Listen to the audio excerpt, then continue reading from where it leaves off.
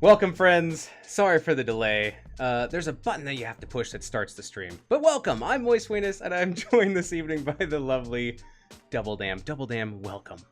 Good evening. Thanks for having me. Thank you so much for being here. This is going to be an epic matchup in Div C West. We have the top two teams. We have Arrogant Nephalem is in the number 1 spot versus Pathetic Wretches in the number 2 spot. So this is going to be a hell of a game. I did get a pre-game interview from both of these teams, so we're gonna play that, and then we will get into this game. So we will be right back here in just a minute, but check out what these teams have to say because it's pretty awesome. All right, we'll be right back.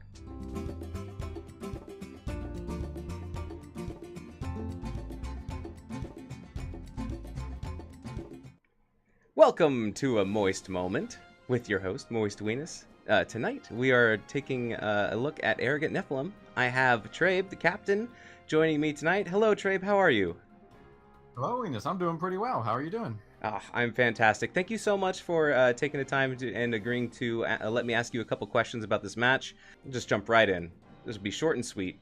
So, is this a heated rivalry with Pathetic Wretches, or is there any history that the two teams have together? I would say there's a little bit of heat to this match, sure. We played them last season. We were both in Division C West as well. And we had a really, really long, drawn-out series of games that ended in a 1-1 draw. In the off-season, we tried to schedule scrims with them a couple of times, but we're never quite able to get the timing worked out. So I would say this is a rematch we've been looking forward to and for a while now, and we're glad to finally get a chance to have it. Oh, excellent! I'm glad to hear that that you guys have also been looking forward to this match as well. So is there anything that you can tell us about how you prepare for a big game like this, one against the Pathetic Wretches, without giving away all of your secrets? I would say for a game like this, we're probably not going to do anything too dramatically different than normal, just because every game in this division is a pretty big game. I've seen that there's a ton of parity in between the teams. Every match we've played has been close. Every match I've watched has been close. So this game is maybe a little bit bigger than normal just because it's some of the top teams, but we're not going to treat it any differently. Or, we're scared of every team. We've got a healthy fear of all of them. So we're just we're going to prepare the same way and be just ready to go. Excellent. Well, the prep that you guys have been doing in the past seems to be working. You guys are playing very well. Currently number 1 in Div C West, top team. So do you guys see yourselves staying at the top all the way to playoffs? I don't know that I'll commit to number 1 for sure at the end of the regular season, but I think we'll definitely be up near the top of the division. We've got a big benefit in that our lineup this season is the exact same as it was last season. We've been running the same 5-man squad for, gosh, I guess it's 3 or 4 or 5 months now at this point. So we just got a ton of, we know how each other play. We know what we like to draft. We've built out our team in a way that a lot of newer teams or teams that have just done some roster swaps haven't had the opportunity to do. You guys are always fun to cast. A lot of great games coming from you guys, and I look forward to our match. Thank you so much, Trabe. I will see you then. Yeah, sounds like a plan. All right.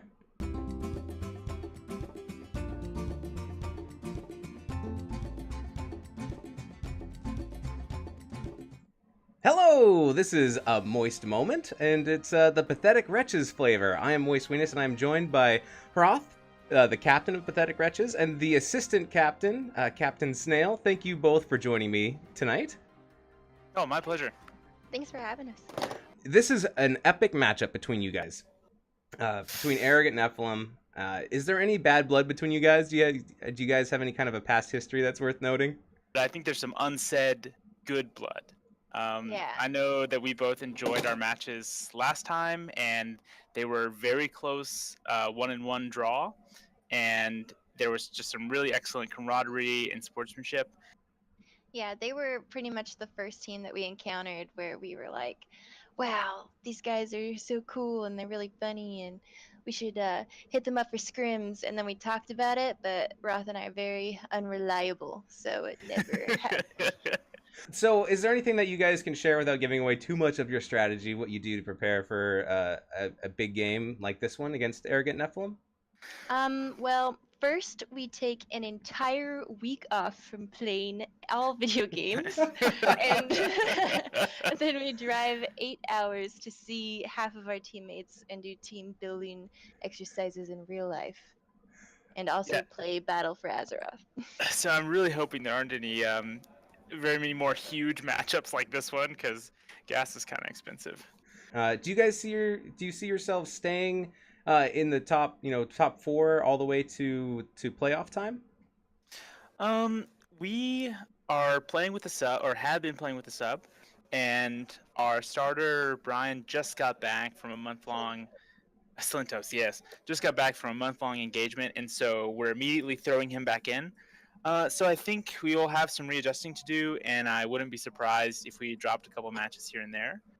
But we're also playing so much better as a team and more consistently, and I would be surprised to see us drop out of the top 4 or 5. I think we have the talent, and we've worked on it enough, and we've refined our drafts enough that I think we've got a pretty good shot at staying in the top throughout the season. All right. Well, thank you guys so much for joining me and for agreeing to do this. And hopefully your game is happening right now or, sometime today. So thanks. Whoa. Woo! Woo! Thank you so much, guys. And I will see you in the game. Thanks, Weenus. See you there. Thanks. All right. Bye-bye.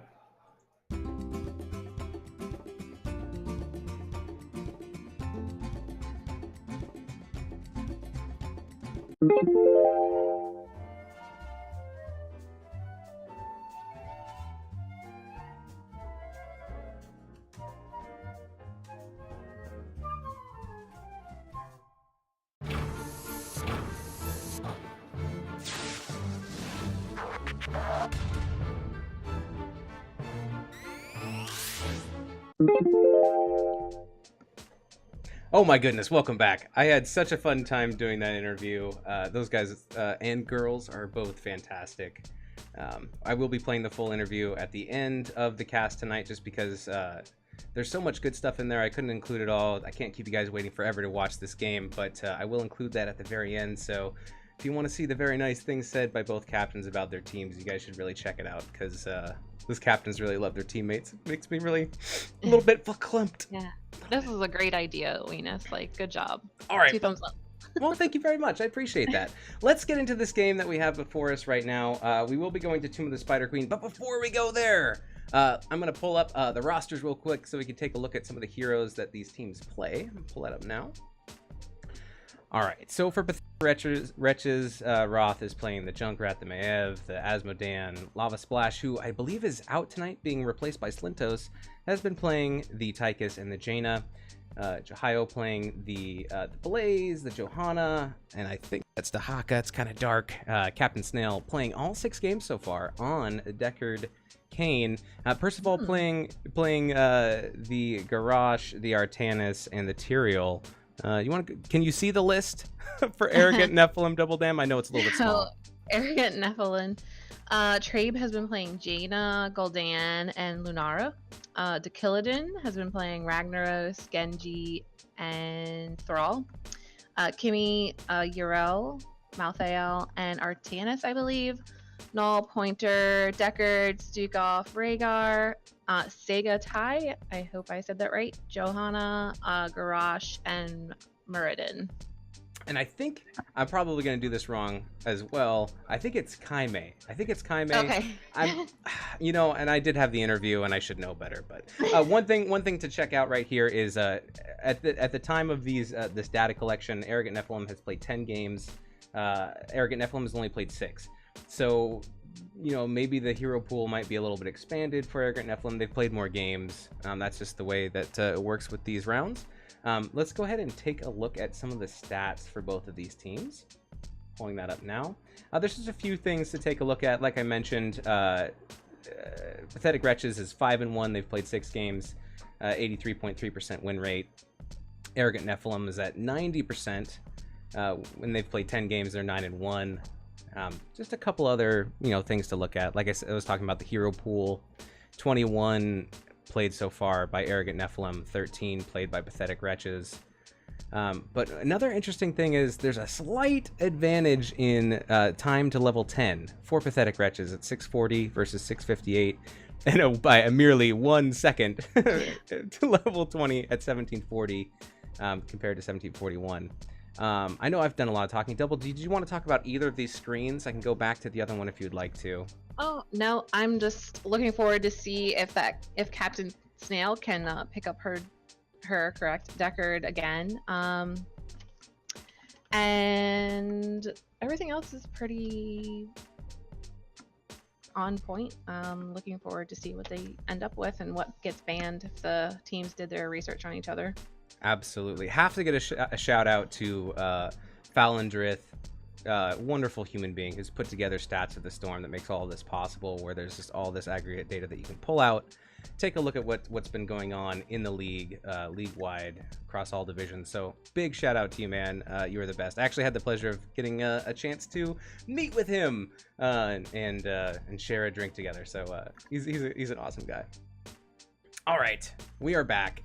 We're about to get this game started. I just want to give a quick shout out. Thanks Hotsiep for the follow, and Gafarius, thank you so much for the follow. I appreciate it. You guys are great. All right, so here we go. Map pick number 1 is Tomb of the Spider Queen. This was picked by Pathetic Wretches. Map number 2 will be Infernal Shrines by Arrogant Nephalem. So we have Tomb of the Spider Queen all ready to go. I'm just gonna make sure I'm sorry, I've had these guys wait just for a couple of minutes because of all this stuff that's gone down. So just gotta make sure if these guys are still ready.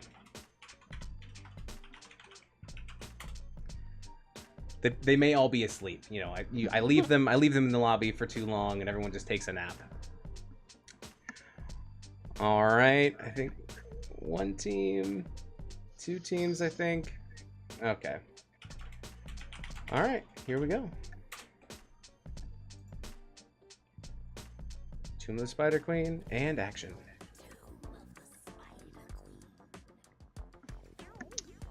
I enjoy this map, so I'm looking forward to this. Yeah, I really like Tomb of the Spider Queen too. There's just so many extra minions that can either delay you, so you have to have quick rotations. There's a lot more minions in the way with the spiders, and so like you have to have your skill shots go in the right places. Deckard Cain. Oh. First ban for Arrogant Nephalem. They have done their homework. They are not going to let Captain Snail play that again. I do not blame them. Asmodan. Banned from Pathetic Wretches. Pretty typical. And it's also targeted. So. Oh, and double damn. You just subscribed with Twitch Prime. Oh, bless you. That was 2 minutes ago and I missed it. Shame on me. Thank you so much. That's so You're sweet. welcome. I don't deserve it. I swear I don't. Sure you do. I'm going to take this opportunity to turn up my game volume just a little bit for HOTS, because I know it's been a little bit low, yo. Let me turn that up just a tad. All right, so we do see the Blaze ban, which is also another target ban, but I think both of these teams have done all their research. I mean, these are the top 2 teams. The data is now available. Falendrith has done a good job of keeping that up to date. Urael banned from Pathetic Wretches. But now we get to the first pick. Oh. And it's White Mane. All right, Arrogant Nephalem will pick up White Mane. No pants, no problem.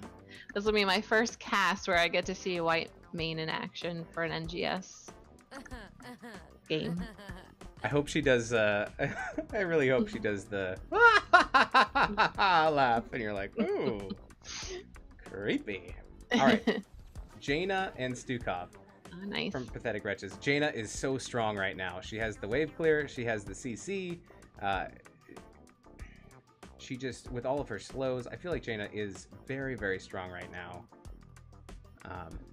And not wanting to get support choked, they do pick up Stukov as well. Yeah. Which I also like here. You know, tight corridors. Yeah, and you can try and delay anybody trying to turn in gems with the silence. So. Absolutely. Ragnaros very strong on this map. Get all that extra XP from Lava Wave on those minions. Johanna. I feel like Johanna is, the top tank right now, doing very, very well in NGS. Super strong. Yeah, and a nice small map for Ragnaros to use his special to go into the fort, so. Yep, absolutely. Genji ban from Pathetic Wretches. I think that's good. They don't want anything coming from onto the Jaina on the back line.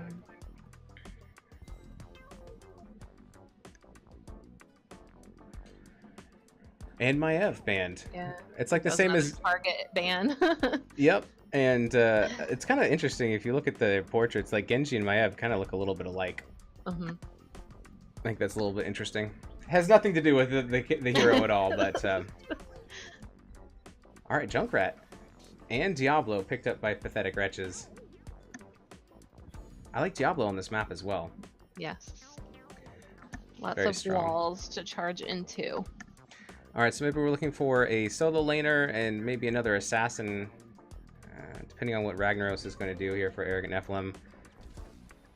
Malthael, okay. Maybe, I wonder if he'll do Lunara. I don't know. Maybe. Gul'dan. Lunara! You called it. Congratulations. Good call. Call this next one because I have no idea. Oh. I should pull up those pages again and be like, what heroes are they playing? They must be playing this. I don't know. Dahak is not a good pick for this map, so I'm not sure. Maybe a Sonya. Is Sonya banned? No, I mean maybe a Sonya. I don't know. Maybe. Oh, York. Leo. Okay. Makes sense. I like it. Infofox says, "Let's gore PW." So we have a Pathetic Wretches fan out there, and Gafaria says, "No surprise."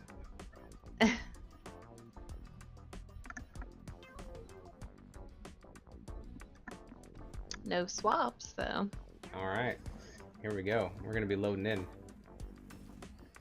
And since we have just a second, I'm getting just a little bit of feedback from you whenever I'm talking. It's coming back just a little bit. I'm not sure exactly how we could. I don't hear it now though, so that's pretty that better? good. Yeah. Oh, that's fantastic. Okay. That was magical. Sorry. Oh my goodness. No, it's fine. I turned down my volume. It's my great. headset. Okay, can you still hear me? Gosh darn it. Yeah. Watch your profanity. Watch your profanity. All right, perfect. I'm playing all these sound clips and Double Damn can't hear them, but I can't. it is what it is. All right. I like, we don't really have portrait synergy, but I guarantee you one of these teams is going to have mount synergy. Well, we've got all Hero Storm portraits on the one side, so. All right, let's get into this game. On the left side, we have Pathetic Wretches on blue team. We have Roth playing the Junkrat. We have Captain Snail playing the Stukov. Percival is on Diablo. We have Slintos on the Jaina. And we have Johio playing the Leoric. Red side is Arrogant Nephalem. And we have Trabe with Lunara. Dakilidin with Ragnaros. Kaimi with Mathael. Sega Tai with Johanna. And Null Pointer is playing Whitemane. Excellent. And here we go with game one. Pathetic Wretches versus Arrogant Nephalem. 5v5 right away. We get a comment, though, from Red Conscript, who is the writer, the fantastic writer for Div C, saying Rag has a 90% win rate in Div C right now. So Wow. I appreciate that information. That's really great to have. And thank you, sir, for your service to Div C. And for casting. Does a lot of casting as well, so look out, guys. There's a celebrity in chat. Woohoo. Do get the flip onto Lunara, but Lunara decides that she can still get out. Yeah, Leo and Mathael just hanging out in the bottom lane together. You are an off-lane specialist. Who do you think wins in this fight? Oh, I don't know much about. I don't play Mathael, and Leo is probably on my lower list, so I don't know much about either. But looks like Mathael is winning so far. Whew, a lot of damage going out onto Junkrat, but and mine blows him to safety. That was close. Mm-hmm. That was well played. It's good stuff. All right, so both teams are looking here to collect all the gems, get all the soak, and then rotate to the next lane. They're both rotating as 4-man. We have left Diablo in the top just a little bit too. Raphael is getting Leoric down low. Leoric's gonna have to go back and heal. I guess that answers that question for right now. Kaimai is going to try to turn in these 6 gems. Unopposed, gets them in. Experience is pretty close at this point. It looks like in the bottom lane, yeah, it looks like Johio does not go back, but just hits the fountain and decides that he can stick around for a little bit.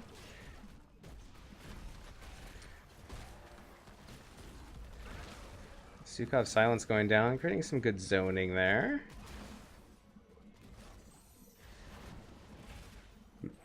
Munkus Beaver says that Mouth bodies Leo in off lane unless the other team rotates, so that prediction means that Leoric might have a hard time down there.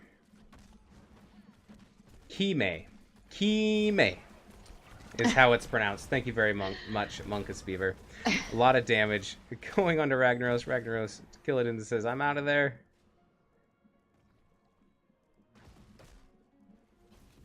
All right, so as far as gems go... Jaina joined Leoric for a little bit, but she's rotating back. And Johio is still low. Sounds like Malthael is going to eventually beat them down in that bottom lane. Thank you so much for the raid of Party of 8 from Snagananius 5. Maybe it's Snagananus. I'm not sure. I'm so sorry. Snagananus. Interesting. A great caster as well, and I've been around for a while, and I never get it right. But still, much love. Welcome, Crow Heroes. Let's go, Wretches, says Crow. Showing a little support for the art and production team. Both these teams so good. Still no kills yet. Well, Junkrat Roth really wants to turn in his 15 gems. We have 59 stacks of Shifting Meteor from Ragnaros, so he's stacking that on up. Jaina's at only 700 frostbite damage, but I mean, it's still early in the match. Oh, here we go in the bottom lane. Oh, yeah. Ooh. Kime, almost. So close. Very close indeed. A good Junkrat mine onto Ragnaros, but Rag is going to be able to get out. A charge onto Johanna, and a flip. Unstoppable popped. Oh, wow. Yeah, Johanna, that's why Johanna is so popular. Mm-hmm. Can get out of a lot of bad situations. Both teams have enough to turn in. We're going to get 17 gems turned in from Johio. Yeah, just barely. Yeah, I think we're going to keep seeing this fight up top over this top turn-in. Malthael chasing Leoric. Leoric's pretty close to the tower. I think should be fine.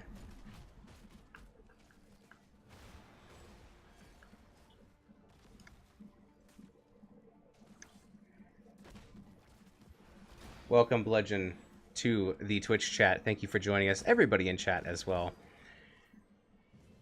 Only 3 more gems needed for Pathetic Wretches to get their 50. Both teams doing a good job of protecting the turn-in. Mm-hmm. Johio does have those 3. He's going to try to turn those in. Let's see if Malthael notices. No. All right. Nope. The first Web Weaver phase will go to Pathetic Wretches. XP lead about maybe, close to maybe a third of a level, between a third and a half level for Arrogant Nephalem. That might have come some from the bottom lane. I'm not entirely sure. No, I definitely agree with you. I think it's coming from Kime down there, working hard. Yep, taste for explosions from Junkrat, 23 stacks right there. Ragnaros. Popping fort, buddies. Yeah, using this nice small map too. Oh, and I missed it. Top and mid. In the bottom, there is a kill claimed on Malthael. Got backup from Junkrat. Teamed up with Johio. It's good stuff. Jahio taking a lot of tower damage, but so even with that web weaver phase, they got bottom wall. They got a little bit of damage in mid, and they got nothing on top, and they're still about tied for XP. So good defense by Arrogant Nephalem, even though they did lose one. Jahio better be careful here. Surrounded by Arrogant Nephalem is probably going to take too much. Oof. Oh my goodness. Whoa. Oh, did they have well tap? I don't think he does. Oh, look at that heal. Oh my the Stukov save. Goodness. Captain Snail. Wow, that was a great save. We do get turn in now from Arrogant Nephalem. So they are going to push away with their web weaver phase. Let's see how much progress they can make.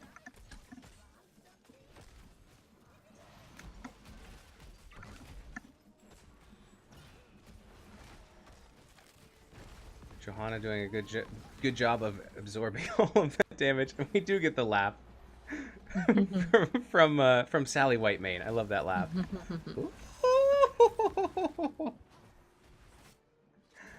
When she channels her teammates, it's even better. Absolutely, top lane getting a lot of damage done on this fort wall. Bottom pushing in onto that bottom fort, almost down though. One web weaver left. A lot of damage dropping back in the back line onto Stukov. But that's it. Yeah. So both teams were able to get 10s during that. Yeah, let's go over those. Pick your poison. So Trabe has a Lunara, and they went Thornwood Vine. Ragnaros is Dakilidin, Lava Wave, Mathiel, Last Rites with Kime, Johanna Blessed Shield, Sagatai, and Whitemane, Null Pointer, Scarlet Aegis. And for Pathetic Wretches, we have Junkrat with Riptire, we have Entomb on Leoric, we have Flailing Swipe on Stukov. There comes out Lightning Breath from Diablo. We have Summon Water Elemental from Jaina. Here comes Riptire, trying to get some damage out there onto Lunara. Lava Wave going bottom. Entomb out. Catching Percival on the back. There comes the Stukov silence, but Jaina takes too much damage and will drop. And it's going to be Percival who drops next. Captain Snail using the flail for the disengage. Alright. So Diablo had 100 souls, so he's able to come right back up. Jaina is still down, but the respawn timers are quite low right now. But this does give free turn-in to Arrogant Nephalem without being harassed on those turn-in points. Ragnaros going for the siege camp. Smacking them around, picking it up. I like it. Only one more needed to turn in. Kime has it, but we'll get it. I thought Kime was going to get poked there for sure. Maybe out of grenades to shoot. 6,800 now on the Jaina Frostbite quest. Getting there, third of the way. Over a third of the way. This bottom fort is very low, and Kime is just going to push it down. Malthael is winning that lane by quite a bit. Yeah, he is pushing in far. Alright, so Pathetic Wretches are going to respond top. Diablo goes in, is taking a lot of damage. Ooh, Jaina on the backline gets saved by... Mathiel coming in for some finishing shots. Last Rites, and Jaina goes down. As well as Junkrat. Malthael, just ruthless right now. In the bottom lane, we have damage going on onto the keep fort down here. The keep fort. The bottom keep. Keep wall. I know what you meant. You know, the keep fort. Alright, so at this point, Pathetic Wretches need to get some defense going, and they need to push back. Arrogant Nephalem has done a really good job of opening up the top, the middle, and the bottom lanes. Not the middle as much, mostly the top and the bottom. And they've done that with a combination of just winning the lane in the bottom lane, and then also pushing as a team together in the top lane. And then they rotate. Now they're pushing mid lane. I think they might be able to get this I think they're fort. gonna get this fort. Yep. Yep, they do. They take it, and then I wouldn't be surprised if they get out of here, try to get a clean engage, and then maybe go take some camps. But Pathetic Wretches wants to fight, even though they are down 3 levels. Yeah, we've got fire coming mid from Ragnaros. Lava Wave is pushing out. That's a really good disengage tool. But they're up 3 levels. It's 15 to 12. Now, I don't think that's really a fight that Pathetic Wretches wanted at that point. So both teams are going to split off to their camps. Junkrat is actually not going to be taking that. Maybe we have a boss play here by Pathetic Wretches going top. They may just be clearing the lane. While this happens, though, the Bruiser camp is picked up by Arrogant Nephalem. Oh,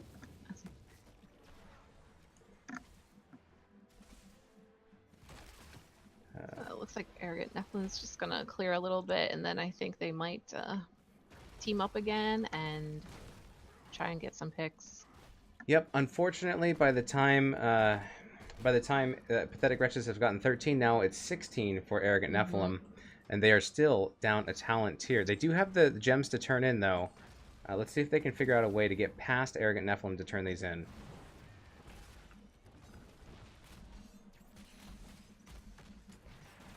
Ooh, that's a lot of damage going out into Jaina. A lot of damage going onto Junkrat. Poison. Oh, he is down.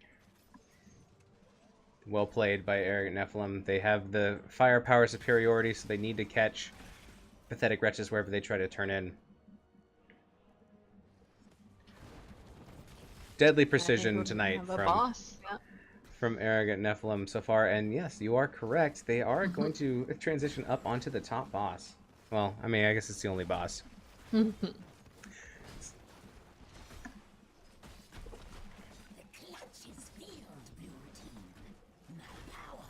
Monkus Beaver says White Mane has infinite sustain and infinite poke. And she just apparently got a nerf, and she's still high up there. I think she is still in the top 5 for sure. Let me see if I can. Yeah, I've got lots Lava of nice Wave bottom. But chiming in on the game. Yeah, trading a turn in for a boss. I don't think Pathetic Wretches is going to get a lot of value out of these web weavers, but you have to kind of do something. Yeah, they're behind the levels. This top keep is definitely going to fall. I don't think there's anything that Pathetic Wretches can do, but they have to be careful not to get picked off here, because if they do get picked and lose a couple members, it could just go straight to game. Right to core. Yep. There goes Riptire. Jaina. Leork. Oh, and Stukov. Oh. There goes Jaina, Leork, and Stukov. This is looking like a game 1 for Arrogant Nephalem. Junkrat doing what he can with Diablo. They are the only 2 up right now. The core is at 40%. It's at 30. It's at 20. 10. And this is game 1 going to Arrogant Nephalem. Good game. GG's indeeds.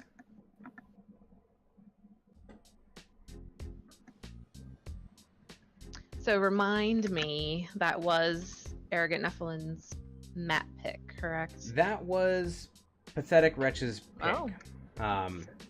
Arrogant Nephalem won the coin toss, and they decided that they wanted to take first hero pick in game 1. So that means that game 1 is map 1 is picked by Pathetic Wretches, map 2 picked by Arrogant Nephalem. So while I still am thinking about it, I'm going to update the score. So that was 1 for Arrogant Nephalem. Yeah, Junkrat with some great siege and hero damage. Yeah, I have the stats pulled up here. Yeah, you're right. Junkrat did a great job. 42k hero damage, 121 siege damage, a lot of XP as a solo laner, but just not enough kills. Malthael, I feel like Kime did such a good job of winning the bottom lane and creating all that pressure and making it really hard to respond against in that bottom lane, like even pulling Jaina down for a little bit to help, delay that. But really, the progress in the bottom lane was clearly went to Malthael. Yes. Even though it might not be necessarily represented in the numbers here. Mm-hmm. 10-1 kills, favoring Arrogant Nephalem. They did have quite the large level advantage towards the end of the game. That always makes it easier to win team fights. When you're up a talent tier, you have more levels, you do more damage, you have more health, and you have more abilities. But Pathetic Wretches, they didn't give up. They fought to the very end. I think they had some really good plays. That Stukov save on Liwark was insane. Definitely play of the game. Monkus Beaver says in chat, basically, if one team bans Kane, you need to ban Whitemane. Red Conscript agrees. Let's see if there's anything else in chat. I mean, they're a little bit behind, so I'm sure they're coming up on it right now anyways. All right. Well, we are going to get map 2 set up. We're going to Infernal Shrines next. So we will be right back, ladies and gentlemen, for game 2 in this exciting matchup between Pathetic Wretches and Arrogant Nephalem. Stay tuned. Mm-hmm.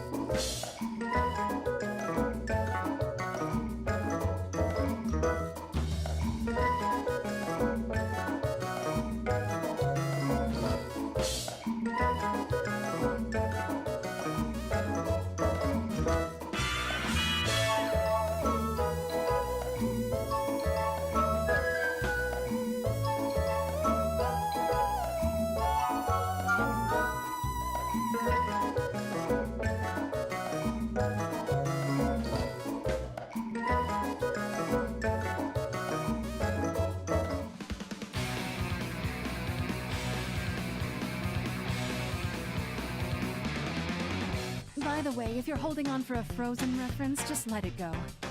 Oh no, what have I done? Today, I'm Uther the Painbringer.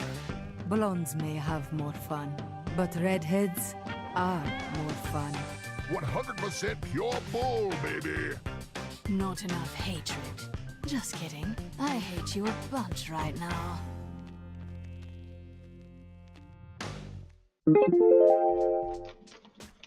Thanks, guys, for sticking around and staying tuned in.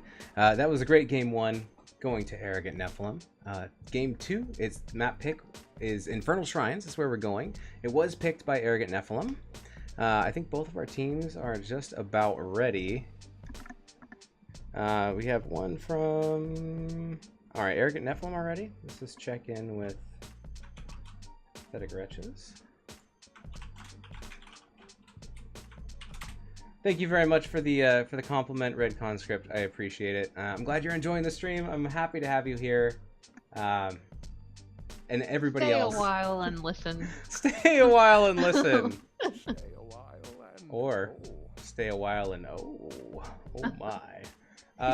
Also, everyone in chat, Munkus Beaver and Taya77. Thanks, guys. You guys are keeping me entertained, giving me valuable information about talents and things like that. Okay, we are ready. So let's go. Okay, here we let's go. All right, here we go. Match number 2. Infernal Shrines. I like this map too. So. Me too. Makes me a little bit giddy. Basic. A little bit excited. It's okay. It's okay. Relax. Woo! Oh my. Okay. All right. So this is Arrogant Nephalem's map. So Pathetic Wretches gets first ban, first pick, and they say goodbye, Ragnaros. See ya next time. Ragnaros did get a lot of value last game. This is also another map where Ragnaros excels at, just because it's a 3-lane map. Create a lot of pressure in other lanes. Asmodan ban. Curious to see if White Mane will get banned this go. Yep, I'm looking for the Janas, the Deckards, Garel, maybe Garrosh. Maybe a Garrosh ban here. I don't know. I'm gonna go with Garrosh. You take a pick. White Mane. Oh, okay. Earlier. All right. You get the props for that. Let's get your air horn going. Yep, and you also get a White Mane laugh. All right. Good stuff. Good stuff. And Chewbacca. Why not? You get all the clips. Thanks. All right. First pick. Is it going to be Jaina? Are they going to pick up the Jaina again as a deny? No. No. Deckard. Yeah. Here's some Deckard. All right, we got to see Jaina be played. I bet Jaina gets picked up first for Arrogant Nephalem, though. What you betting? I'm gonna bet a Bow Chicka Wow Wow sound clip. Okay. You pick something else. I don't know. Or the same thing. Display. You do you. Johanna and yay! Man, I was gonna say Johanna. I ran out of time. All right, I'm gonna play it twice. Bow, chicka, bow, bow. All right, that's super strong. That's gonna be cray cray. I don't know. I think we might see Blaze. I hope. A Blaze, perhaps? Or Junkrat again. Or I don't know, Diablo. Oh, Dahaka. Rainer. I was wrong. And Rainer. Rag ban incoming, says Red Conscript. You were correct 2 minutes ago, sir. With the delay. Well played. You get a little saxophone. Whoa, whoa, whoa. All right, that's enough of that. All right, third ban for Arrogant Nephalem coming out right now. Give me the beef. All right, there's Garrosh. You're right. Well, you know. All right. All right, a little bit right. Not I so don't know, great. maybe Malthael? Yeah. I mean, Malthael did such a great job last game.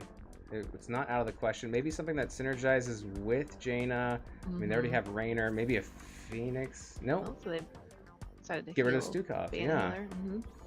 All right. So we have Deckard picked. We have Stukov banned. We have Alex, White maybe. Mane. Oh! All right. What can I play? How about this? Smoke weed every day. All right. That was inappropriate, but I played it anyways. Watch your profanity. Watch your profanity.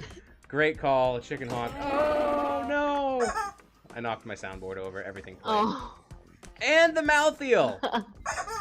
Oh my goodness. All right, well, Arrogant Nephalem is playing Malthael again. Ooh. It's gonna be hard to deal with, I tell you what. Do you think they might go Diablo again? Yeah, we do need a hard tank, and Johanna is off the board. Maybe a Muradin, if not. Muradin! There you go. Oh, I grabbed Junkrat again. And Junkrat again, yes. Good point. Oh, what do Good we need point. over here? All right, we're gonna need like a. Ooh, that's a good point. Yeah, no. What is left? Another warrior, perhaps? I mean, they already have Malthael in the off. Yeah, I don't What would know that if other somebody warrior will- be? Illidan. Silly. Oh, damn. Ooh. God bless you. I didn't sneeze. Someone's a little gassy. I'm just kidding. It was No, me. I went, oh, because I kicked something. Just kick it all. Flip the whole desk over. Be like, enough of this. Well, until my desk comes in, my setup is is like a bookshelf. Well, you were making it work in the most fantastic manner, so well done. Thank you.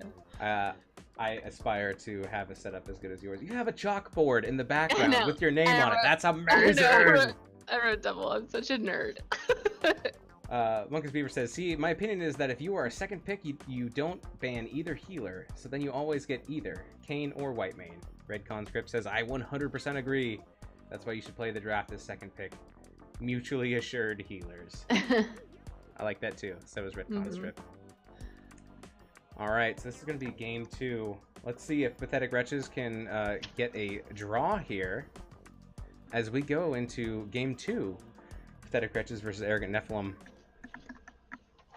Here we go. On the left side, we have Pathetic Wretches. We have Roth playing the Junkrat. We have Captain Snail playing the Deckard. We have Slintos playing the Raynor. We have Percival playing the Muradin. And we have Johio playing the... Oh my goodness. I just completely spaced. Dahaka? Dahaka. I don't know why. My bad. Red team. Arrogant Nephalem, please. Okay, so Jaina is played by Trabe. Dakilidin picked up Illidan. Kime, Mathael, Null Pointer, Alex Straza, and Segatai Johanna. It makes me so sad because saying Dahaka's name as Dahaka is like one of my favorite things. Sorry, guys. Just a brain fart. Everyone's allowed one. Yeah. So we have some, look at this mount synergy. Yep, that's a lot of blades all spinning for Arrogant Nephalem. Johanna taking on all 4, yeah. A good Junkrat mine on to Illidan, but Illidan is able to skedaddle on out of there. In the top lane, we are going to see a matchup between the Dahaka and Malthael. We'll see how Dahaka does against Malthael this time. Junkrat getting dived on. Makes it back safe.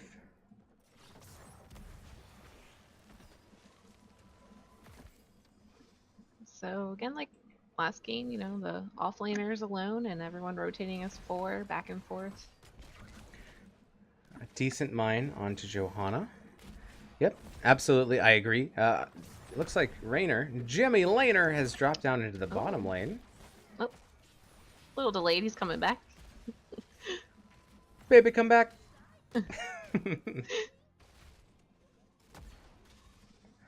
All right.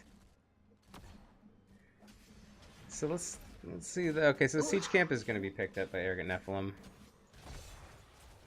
Top lane battle is going back and forth. It looks like Malthael once again has a little bit of the advantage. Pathetic Wretches possibly looking to find this camp and invade it, but they're going to settle for taking some pot shots at Johanna. Siege Camp is picked up by Arrogant Nephalem. This team is very good at using the map macro, picking up camps.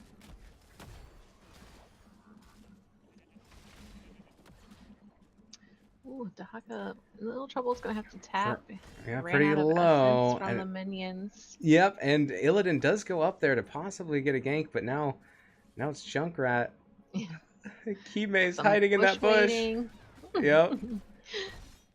Dodging a fair number. Oh, mine back.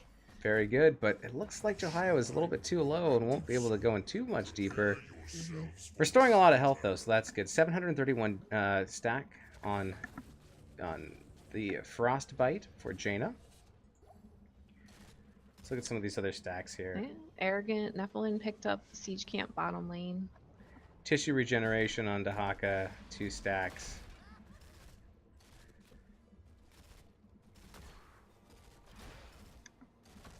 And Junkrat does go the taste for explosions, so he wants to be hitting those around. But the shrine has started, and at Dahaka is going to be clearing bottom before he burrows probably up top. Yep, that global giving a little bit of time before you can just immediately go up into event in the top lane. But it is a 5v4 right now until Dahaka does join. Dahaka is coming in. Here we go. This dragon is out. Dragon is such a strong zoning tool. Trying to bait that out is going to be an objective for Pathetic Wretches before the shrine, but here it is. Dragon goes down. Johanna is taking a lot of damage. Stun from Deckard, unstoppable, preventing it. But in the back line, it's Murden. Murden has 100, 200 health. Gets a heal. And it's Malthael is the first one to go down. Pathetic Wretches is continuing to aggress here. Going on Jaina, and Jaina goes down as well. Wow. Well played by Pathetic Wretches. They're a little bit behind on the minions, but they should be able to clear this and get the first objective claimed in their name. Yeah, Junkrat setting up his mines, traps just in case. Illidan says, you know, we're not going to get this objective. Goes mid to soak there. Looking at the XP advantage right now to Pathetic Wretches, and they're up a talent tier, 7-6. Yeah. Sent Dahaka bottom to gain some experience down there. Smart play, smart play. I like it. Let's see how much value this Protector, or this Infernal gets. This Punisher.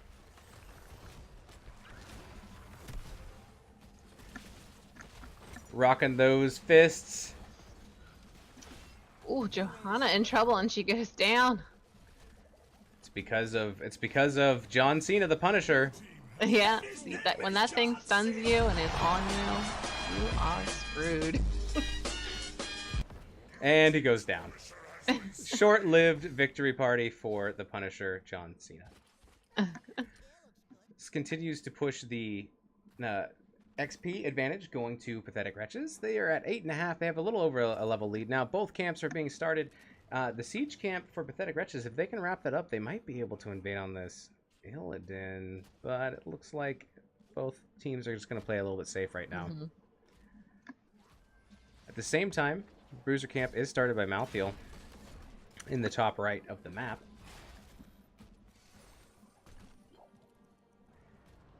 Monkus Beaver says, Dahaka doesn't win many man fights. He wins by hooking to the towers. Yep, you gotta be careful. You gotta be careful about that.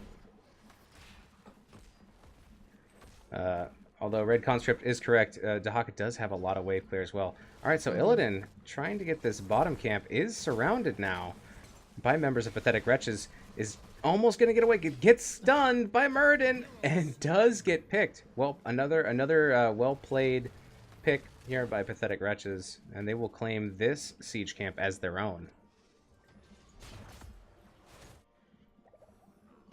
Getting close to 10 now. Pathetic Wretches is very, very near. Oh, we've got a siege pushing mid, so they're going to have to come up and clear.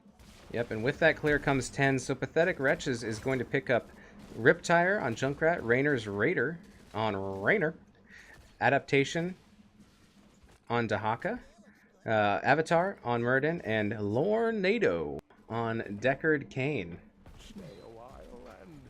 Sorry, no stay a while. Not happening. Gonna use that Lornado to push some people off the shrine, hopefully. Malthael going in, putting a lot of damage onto Dahaka up here, but Dahaka does make it back to safety.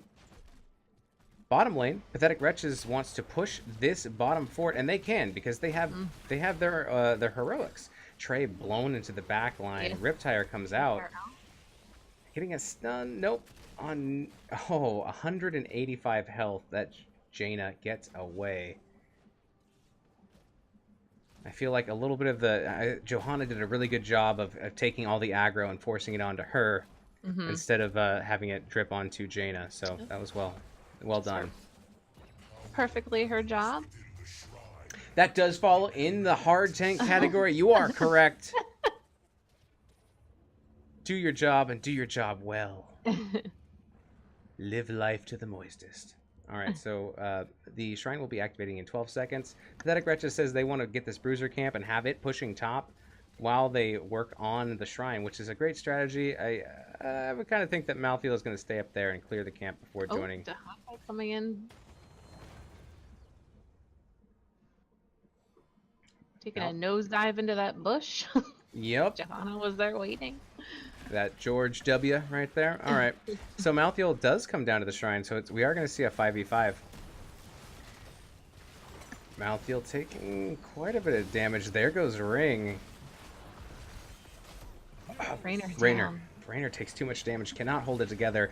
Dahak. Oh, Captain Snail. Last right. No. There goes Deckard Cain. Riptire coming out. Getting a little bit of damage. Ooh. Very, very low on several members now Close of Arrogant on the Nephalem. Junkrat bombs. But they will heal up. Alex Straza throwing down the heals, and it's a 3v5. I don't see how Pathetic Wretches can really re-engage on this. It's going to be tough. I think they're just trying to get the minions they can get without going too deep. Yeah, Arrogant Nephalem popped a lot of their alts. We didn't talk about their 10s, so Jaina went Ring of Frost, Illidan the Hunt, Mathael Last Rites, Alexstrasza Lifebinder, and Johanna Blessed Shield. Very good, thank you for that. And this Punisher does indeed, Mortar Punisher goes to Arrogant Nephalem. That camp that they got earlier has gotten so much value in the top lane. So well played by Pathetic Wretches, even though they didn't get the Punisher. They do force Malthael to go back and deal with all that pressure in the top lane. That camp got one, it got the wall and it got one of the towers. Red team's Punisher has fallen. All right, still a slight XP lead here for Pathetic Wretches by about maybe 3/4 of a level. Siege camp going to get picked up right now by Arrogant Nephalem, and this bottom camp getting looked at by Pathetic Wretches. Johanna sniffs it out. Ooh, we're gonna invade on the bottom. It's going to be a 3v3. Now it's going to be a 4v3. I don't know. Here comes. Hunt came in. Here it is. Riptire going out. Lifebinder saves Johanna. Illidan's doing a lot of damage, but pushing him off. Does drop. Oh my goodness. I think Arrogant Nephalem is losing this fight and they're going to have to back off. There goes Johanna as well. Oh, but Junkrat gets picked by Jaina. They do get that return kill. Percival just chasing to the very end, but the rest of the team decides they need to clear middle. There's other areas on the map that they can be gaining that XP. They're going to grab the siege camp. Top lane, Arrogant Nephalem does have mercs pushing up there. They're going to have to respond to that.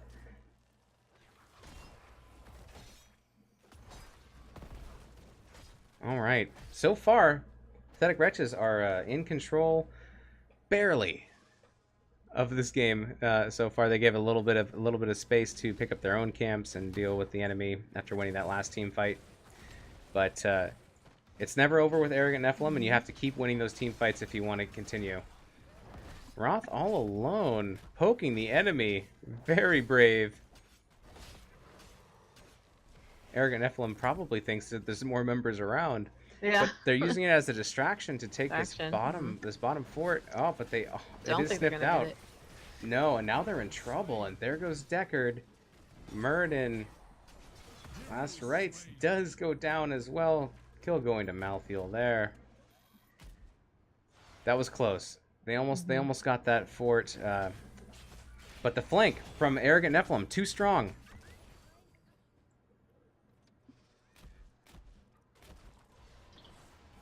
Yeah, we got a nice push with some minions top. Mathael's gonna chase Dahaka. They're going to play tag back and forth up there, but the bottom fort does go down, and now the XP is once again tied. anyone's game. Arrogant Nephalem has completely caught up. They weren't, it wasn't a huge differential, but this is anybody's game. The shrine will be spawning in 12 seconds. The later the game goes, the stronger these immortals get, or these punishers get. The stronger that Booty Bay gets with the cannon shots. It's true of like every map. It's like the longer you go, the objective is stronger. Yes. It's You not are news. right. That's a very rare thing that I hardly ever hear, so I appreciate when I hear it. All right, so we're gonna see both teams going in here. On the point, it is being dominated right now by Pathetic Wretches. They've pushed Arrogant Nephalem off. Arrogant Nephalem is clearing the camp top, but they do have more Shrine minions right now. Looking for a re-engage. Dahaka is in the front. Johanna goes in. Jaina travels around up into the top. Dragon form is popped. Ring goes down. Like Finder out. Junkrat does fall, but gets a lot of value from the trait damage. There goes Illidan. Last rites used. Kills Muradin. It's a 4v3. And there's 36 minions. 38. Yeah. Just 2 more, and it's 40. Arcane Punisher. Yeah. And Arrogant Nephalem just all healed up already after that fight from Alex. Alex putting out some really good healing numbers. Let me see if I can pull that up. Yoink. Maybe here. Let's see. Alex draws at 52k. Decker Kane 46k. So, healing up a little bit more. Mm-hmm. This mid fort is Dunsington. Looking at damage, Malthael 40k. Junkrat 46k hero damage. A lot of siege coming out from Dahaka. A lot of siege coming out from Malthael. And the Punisher, this Arcane Punisher and the little Mario laser beams. Yeah, it's the limbo that no one wants to play. Punisher is low. 3%, 1%. Dead Zo.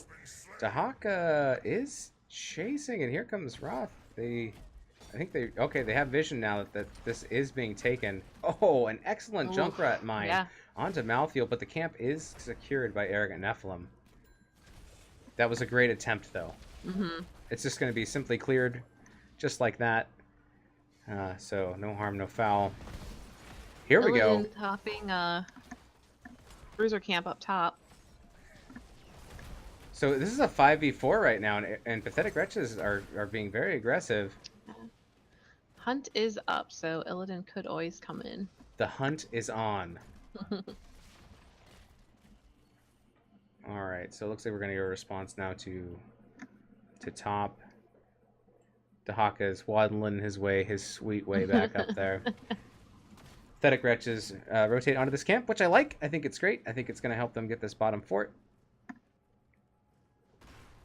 Yes, finally the fort will go down. Well, maybe not. The siege camp is picked up for Arrogant Nephalem, and they are going to come in here and shred this camp as well. Illidan diving in onto Junkrat. Junkrat say, "Get me out of here." Good mine. Comes back in. Toss around some grenades. Let's see, he's at 100 stacks now of taste for explosions. Adding some sweet, sweet damage. Yeah, rotating as a group up on this Dahaka. They're going to try and go for a gank. Look out, Dahaka. Dahaka's in a bad spot. I don't think... Oh, stasis being used. So much damage, though. Essence popped as well, but just it's just too much damage from Arrogant Nephalem. That was a good rotation, a good pick.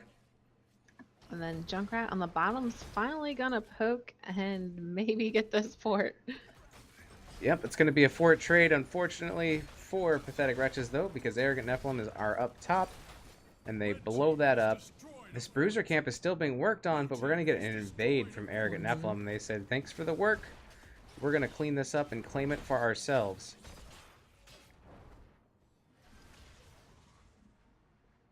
The race to 20 is on, and Arrogant Nephalem is very close. Shrine popping in 20 seconds. Dahaka is up in 2.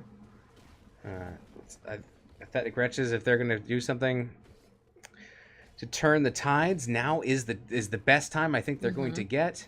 It doesn't mean it's going to be easy, but they are starting to come up here. Both teams are going to have some kind of a clash.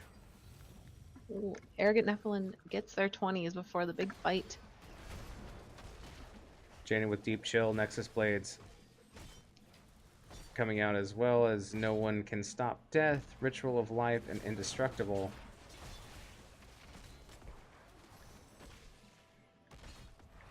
Pathetic Wretches being patient, giving up a few of the minions, looking to recalibrate their formation, clear a little bit of the lane below, maybe get some poke in with Junkrat. Gotta be careful of those tight spaces, though, against Jaina.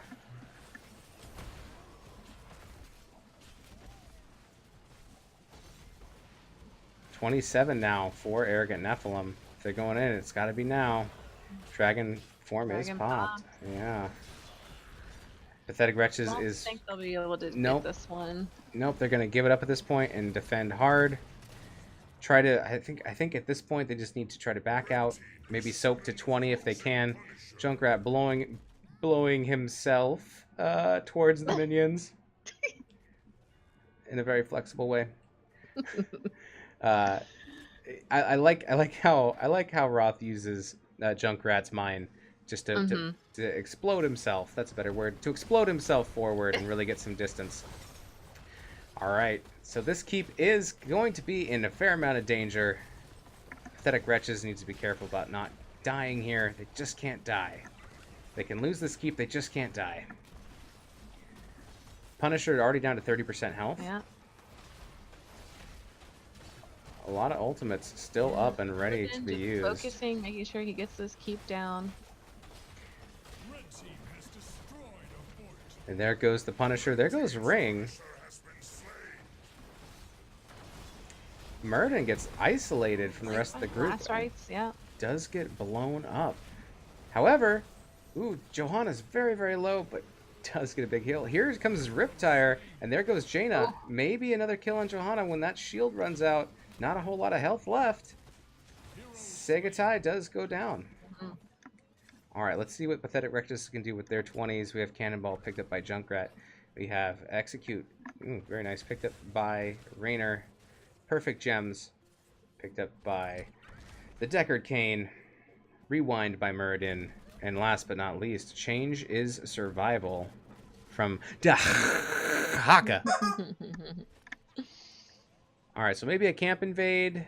There's 2 members down for the side of Arrogant Nephalem. Although, I mean, Illidan's there, looking to go in where he can. Dahaka is going to be clearing top lane. There's still a few more camps on the map. Looks like bottom lane. Yeah, Raynor and Deckard going for bottom. Junkrat getting this camp to get some shots here on this tower, which is great.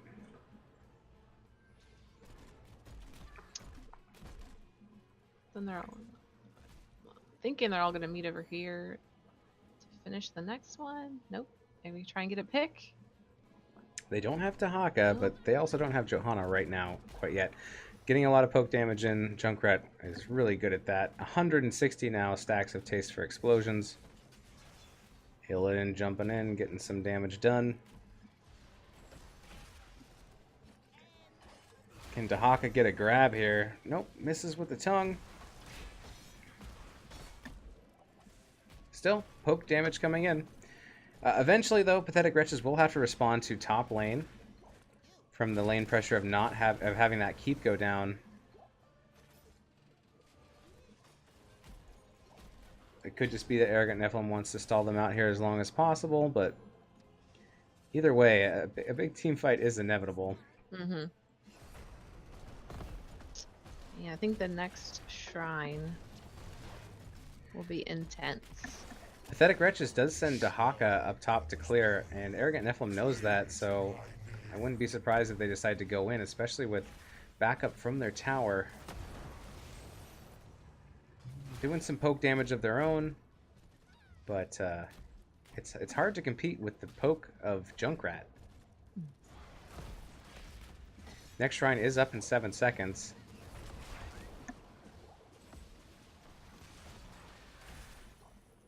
Raynor.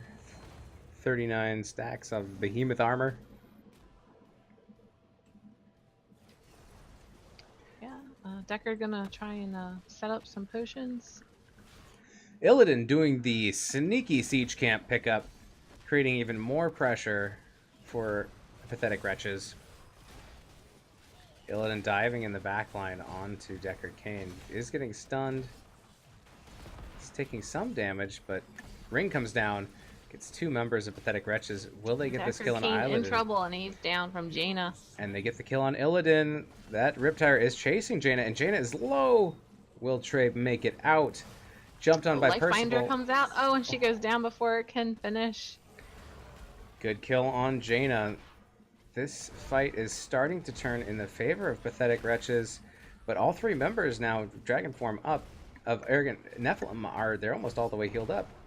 Getting about halfway now. Ooh, on to Alex Straza. Alex Straza has to move to the back, but a lot of damage is coming out on Malthael. Malthael does go down. This 24-minute Punisher will be going to Pathetic Wretches. Did we have a player DC? Well, it says that Malthael returned.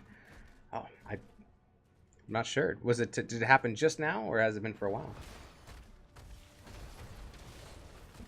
Well, I only ever saw that. it's up to the teams to pause. That warning. So Yeah. if their teammates I never saw DC. a bot. Mid fort goes down. Super easy. Maybe it was just a quickie. Could be. Punisher going after. Punisher doesn't know where he wants to go. He can't make up his mind. No, not at all. All I know is his name is John Cena. His name is John Cena. Percival jumping in. Looking to secure this keep, and they will. We do Some see a fight. catapults on Pathetic Wretches core, but Illidan is. doesn't matter. I mean, Illidan's on the core as well, Mhm. fighting with the Haka. So it doesn't look like we're gonna get any core damage done as the Punisher goes down. Pathetic Wretches has to be careful not to get pushed out too far and get caught out. Maybe they can rotate on this Illidan, perhaps. They're gonna settle for this siege camp. That's what they want. It's close. It's nearby. It's free. They take it. Bada bing, bada boom, and it's theirs. Junkrat using his mind again for mobility. Arrogant Nephalem know they're here. Thinking Illidan about pushing in, trying to keep the catapults alive. deciding against going in too deep. Arrogant Nephalem backs out a little bit, and this game is neck and neck.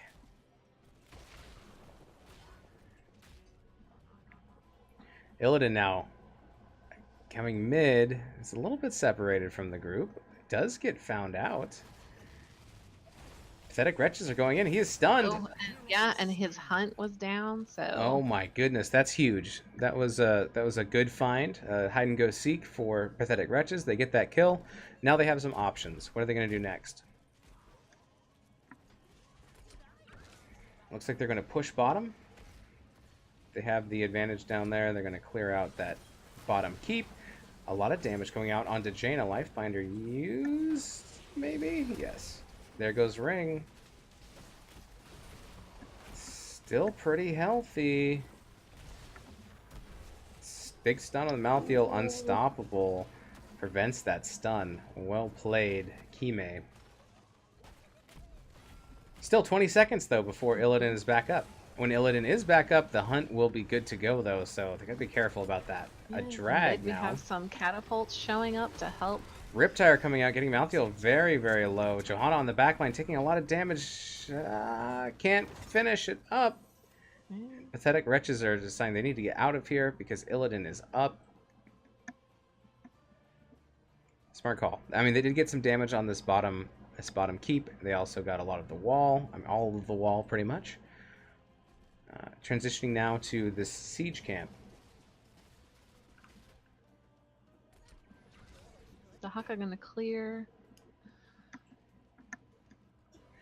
Yep, that top lane is always going to have a lot of pressure that Pathetic Wretches has to push back because that keep is gone. But the same thing is going to happen mid for Arrogant Nephalem. They are We have missing a that bush keep. party hoping to invade on Arrogant. Getting some vision from Junkrat here. The camp is started. And here's the engage now. Big stun coming out. Ring as That was well. a quick life binder. Yep, didn't get as much value as Yeah. it could if it was used later, but there goes Jaina. Low. Ooh. And so is Alex. Alex running, but can't make it out. And there goes Johanna, the 3 ladies down. Pathetic Wretches will Yeah. pick up this bruiser camp. And that Great idea for them to be patient in that bush and invade. absolutely. Illidan, though, is back over here on Pathetic Wretches' core. And they have some catapults lined up as well. Pathetic Wretches is putting some poke on the core. This Malthael better be careful.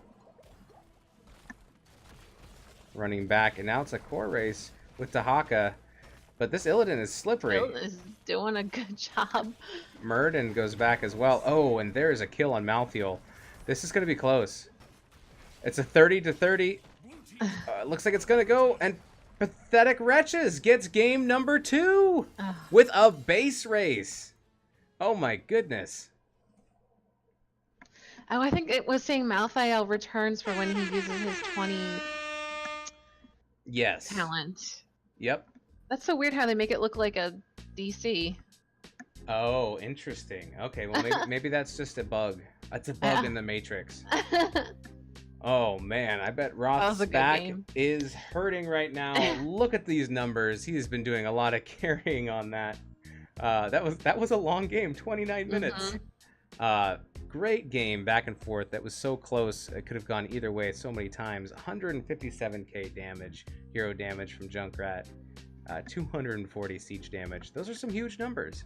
And 10-2. Is there anything that jumps out to you at these stats that you felt like talking about, or anything else in game 2?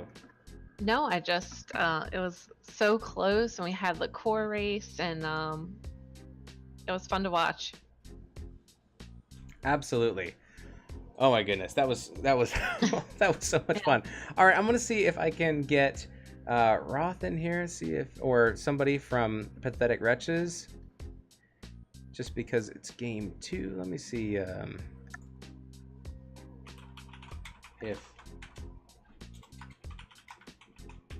if he is available, or somebody else on his team. Oh my goodness, just whew. Mm-hmm. That was crazy. I It mean, was a long one. It was close, neck and neck. all right, so we are going to get we're gonna get Roth and Snail. So we're gonna have to jump lobbies. So let's jump on up to lobby 5. All right, and we will be getting Captain Snail and Captain Roth. Howdy. Hello. Congratulations, friends. Well played. Wow. How about that last game, though? Holy Oh crap. man. Well, it's only fair that we give them a heart-wrenching game after the absolute heartbreaker of a game they gave us game 2 Last last season. season. Now I feel like it has come full circle.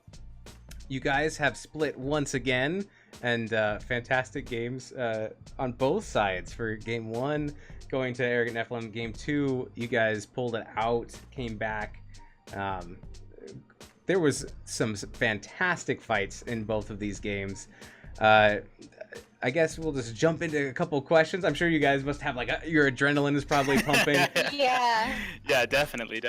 I know the feeling. You're like, all right, guys, we gotta play this perfectly, and then you're like, oh, it's Illidan's on the core, and there's a base race. All right, well, let's back up just a little bit.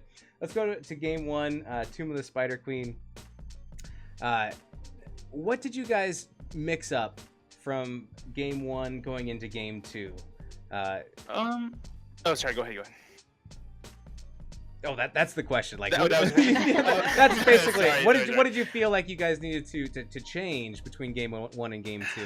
You know, I think honestly, we just didn't get exactly what we wanted, and I think we had a little bit of anti-synergy with some of our draft. We just sort of didn't get the draft we wanted, and so we're talking about how we want the game to play out. And they came out swinging early game, which pushes us on the back foot, and we like to play, from the front foot on Spider Queen. And so from the get-go, it was really their initiative that threw us off our game. And so game 2, we came out, and I don't think we changed up anything in our strategy. We knew we wanted to run, and we ran it, but they weren't able to counter it as hard. I mean, granted, they did very well, but I think we executed a little bit better in game 2. Absolutely. So was there do you guys feel like there was a disparity picking Leoric into the off lane in game 1? Because I noticed you guys picked Dahaka, which I felt did very well in the matchup. Yeah. Sorry, go ahead. That's it. That's basically it. Were you guys? I can't remember. I'm just gonna say go ahead at the end of all your sentences and see how you handle it. I can't remember if Dahaka was picked before Malthael, but or not. I think Dahaka was before, but Joe is very, very comfortable on Dahaka, and he likes the pick, and he's comfortable playing against Malthael. Game 1, we thought Leoric would be a good pick for the draft, but it wasn't one Joe was like super comfortable on. So I think, we were a little bit antsy going into it because we hadn't ever ran that draft with Leoric. Yeah. But they banned out Blaze, which was a great ban from them, and then the solo laners they picked were strong matchups into Joe's other solo laners. So we had to sort of flex out into one, and Leoric seemed like, he definitely fit what we wanted to do in the draft, but we weren't as comfortable running with it for sure. Absolutely. And this question is for Captain Snail. Did you guys do a lot of research about what you should be banning against them? Like, what's some of their favorites? Because it seems like you did. Is that something that happened? I don't think we had too much time to prepare for this game. We probably should have prepared a little bit more, but I remember us talking about banning Rag because he broke our hearts in season 1, and sure enough, he came back this time. But he is a heartbreaker indeed. Double, do you have any questions about game 1? Or any in general? It could be any at all. We saw the Deckard Kane ban first game, and then you were able to pick him up next game. And it looked like you've only been Deckard so far all your games. So how did it feel pulling out that Stuk off? You had a great MVP play, save. I believe a heal on who did she heal? Leoric, the Hail Mary oh my God, save in the bottom lane. Like, Joe, come here, with the other one, like, no, run the other way. But yeah, actually, last night our games first banned Deckards, both of them. So I had a Stukov game last night and like a breakout Uther game 2, and it was fun. So I was kind of prepared to not get Deckard this game. Like, we're already talking about like other supports and like other drafts that we could run that didn't have Deckard in it. So when it was open game 2, I always have fun on Deckard. So we're like, let's go ahead and grab it. Stay a while and win a game. Roger. Do you guys play less of Malfurion now, even though that's where your name kind of came from? Pathetic wretches. He's a lot less cool when he's missing the ice block. Yeah, man. Like, it's not cool. It's definitely not cool. Wah wah. Yeah. That's what I wanted, man. I wanted it. The chicken. Everybody wants a chicken. Everyone's dreams can come true tonight. All right. Do you have any questions about game 2, Devil Dam? Moving into master play. It seemed like in game 1, it seemed like it was really hard. Just jumping back to game 1, it seems like it was really hard to really come back from a level deficit and things like that, and that can always be hard when you're down talent tiers and down levels. So I think it was a good call. Was it your shot caller's call to patiently wait out that top Bruiser Camp invade, so you could get that done before the shrine?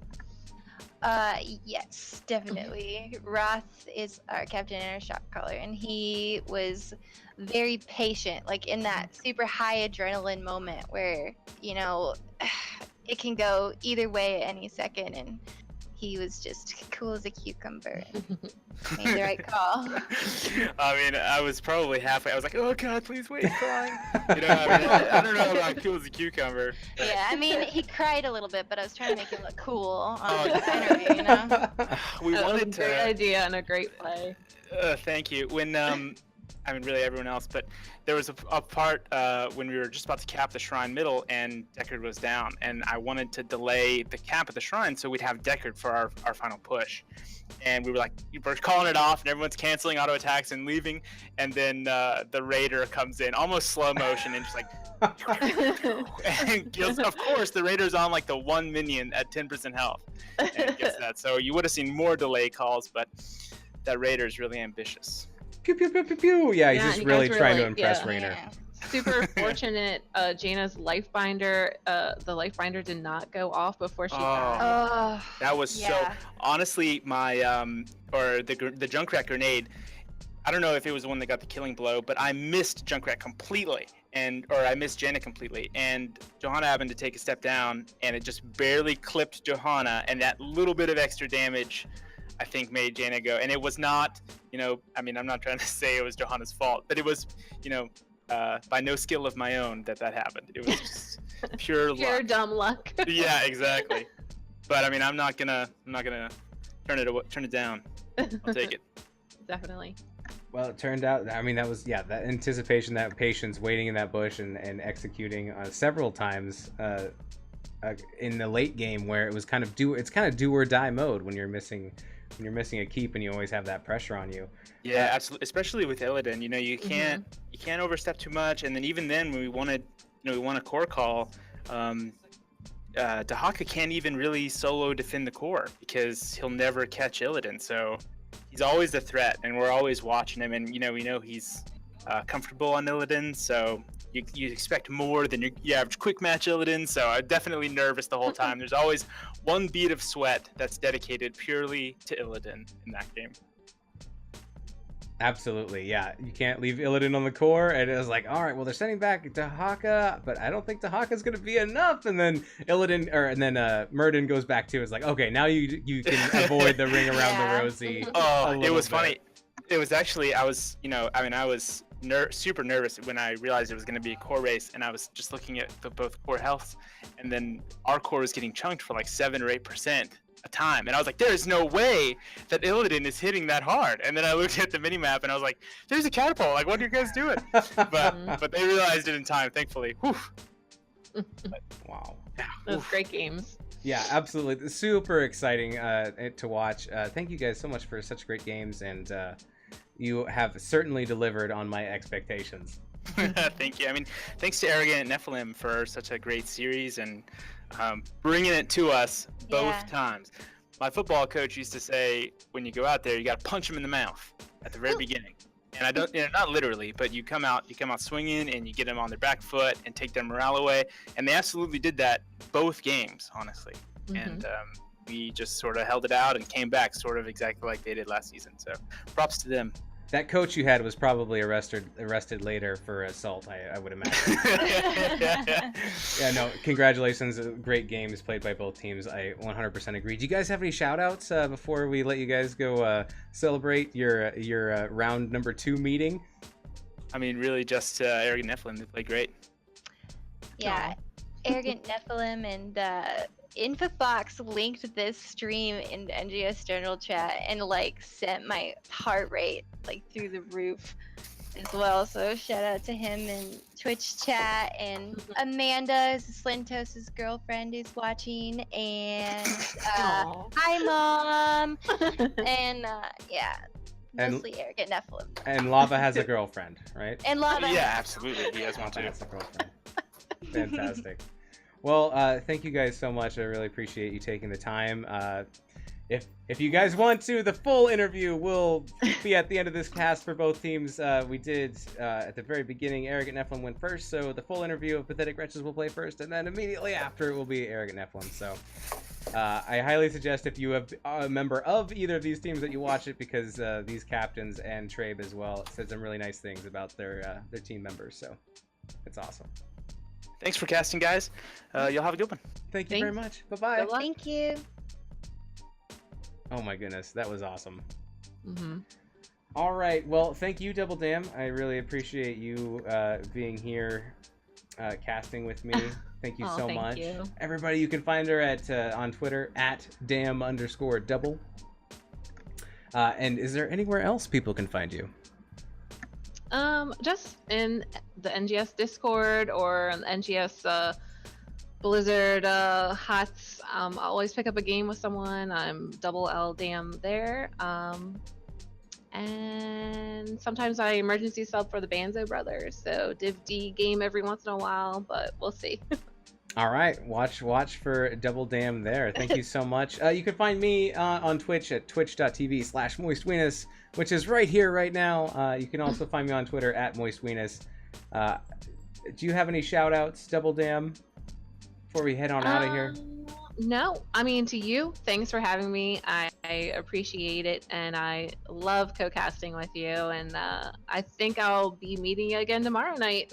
That's right. I think we will be here at the same bat time at the same bat channel. Thank you so much for joining us. Thank you everybody in chat. Thank you for the follow, Hotsy up again, Gafarius. Thank you for the follow, Double Dam. Thank you for the Amazon Prime subscription.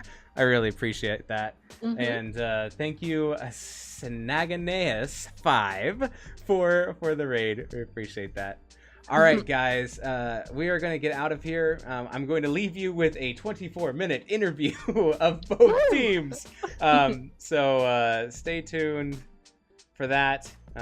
Oh, actually, before that, I have to play one clip that I just thought was kind of funny. It's the sound audio check for me and Pathetic Wretches, and the lines that Pathetic Wretches used for their audio test. It's just really funny. So I'm going to play that real quick. But this is just for audio levels, so I can make sure that my audio is coming in okay, and that I'm not too much louder than you guys, and that you guys aren't too much louder than me. So would you guys mind saying a little something for an audio test for me? The arsonist has oddly shaped feet. Sally picked seashells by the seashore. I did it. Good job. I wanted to laugh at that first one, but I was like, I can't cover over the audio. That's really funny. I almost laughed too. All right, sorry guys, I just had to play that real quick because I thought it was really funny. I hope you guys enjoyed it. All right, so we are out of here. I'm Moist Weenus. Oh, and I'm Double Dam. Yeah, you can't see me pointing at you with my face. I was like, who am I? Bye, guys. Here's the full interview. Thank you so much. Have a great night. We'll catch you next time. Oh. Woo!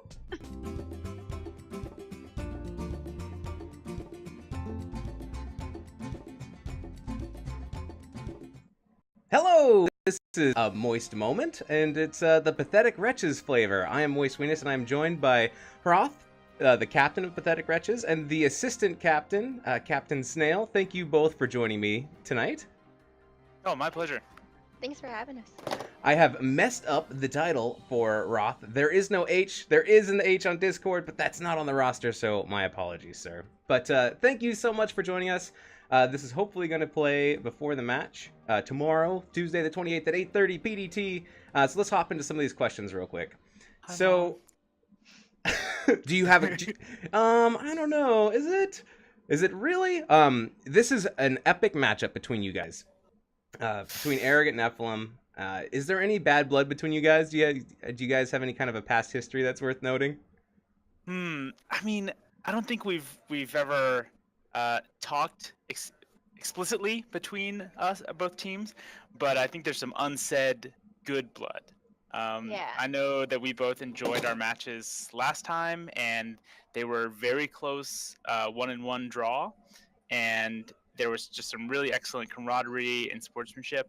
And so I know that for the Pathetic Wretches, we're all very excited to go into it, and I think it's probably the same for them. Yeah, they were pretty much the first team that we encountered where we were like, wow, these guys are so cool and they're really funny and we should hit them up for scrims. And then we talked about it, but Roth and I are very unreliable, so it never happened. Excellent. So it's the opposite of bad blood. It's good blood. Yeah. Yeah, Well, yeah, I think so. it is Division C West, so there's a lot of good cookies in there. So is there anything that you guys can share without giving away too much of your strategy? What you do to prepare for a big game like this one against Arrogant Nephalem? Well, first we take an entire week off from playing all video games, and then we drive 8 hours to see half of our teammates and do team building exercises in real life, and also Yeah. play Battle for Azeroth. So I'm really hoping there aren't any very many more huge matchups like this one because gas is kind of expensive. That's a lot of driving, but I think everybody really admires your dedication to going and doing these in-person trainings with the rest of your team. That's awesome. Yeah, I think they went over pretty well. So you guys have been playing pretty awesome. Currently, you're the number 2 in Division C West, all the way up at the tippy top up there. Do you see yourselves staying in the top 4 all the way to playoff time? We are playing with the sub, or have been playing with the sub, and our starter Brian just got back from a month-long. Slintos, yes, just got back from a month-long engagement, and so we're immediately throwing him back in. So I think we will have some readjusting to do, and I wouldn't be surprised if we dropped a couple matches here and there. But we're also playing so much better as a team and more consistently, and I would be surprised to see us drop out of the top 4 or 5. I think we have the talent and we've worked on it enough and we've refined our drafts enough that I think we've got a pretty good shot at staying in the top throughout the season. Awesome. Oh, that's great. It sounds like there's going to be a little reuniting of the core 5, or Yes, we're very excited about it too.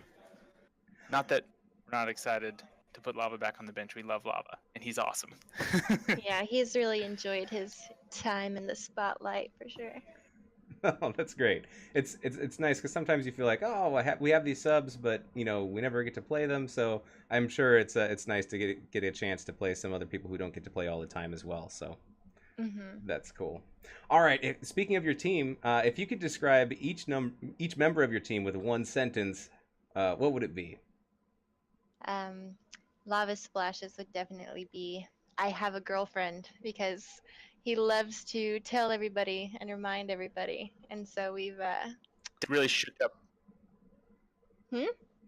That's no, you're right. That's definitely him. He has a girlfriend, and would like you to know that he has a girlfriend. And yeah, he definitely has a girlfriend. Yeah. All right, ladies, watch out. Hands off of Lava. He has a girlfriend. Definitely. I think Snail would be shmow, or let me check.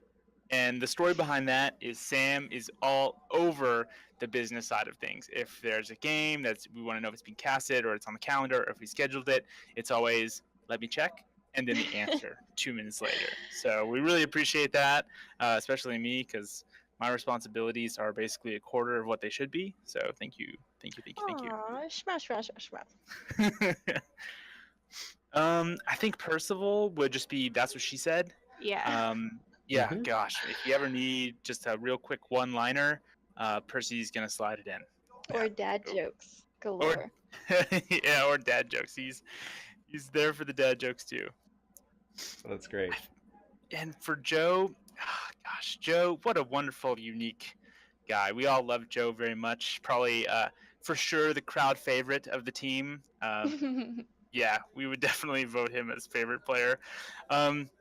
And I think the only sentence that we had was, at one point we had a game and we had all the solo lane. We were trying to choke out the solo lane, and I asked Joe, I was like, "Which solo lanes are you worried about? Which ones will beat you, guaranteed?" Mhm. And he goes, I don't know, man. Take your pick, all of them. And that's really Joe. He is always gonna have a good time and always do his best, and never worried. Never gets tilted, and never stresses about it. And we appreciate that about him because it keeps our morale high. In fact, I mean, Joe is guaranteed to be the reason behind our high morale almost every game. He's never late to compliment the enemy team too. That's true. If we ever die to something, it's always, wow, that was really nice. Oh, that's Not great. by us. That's awesome. All right, Snail, do you have one for Roth? Oh, man, I forgot about. You can drop this some one. expletives if that's all that you can use to describe. Probably I am world first 100 Urel. Screw you, Brian Swinches. 100 world first URL, is that right? That's true, yeah. That's quite an achievement. That's There's actually a nice story behind that. Oh, yes? Mm-hmm.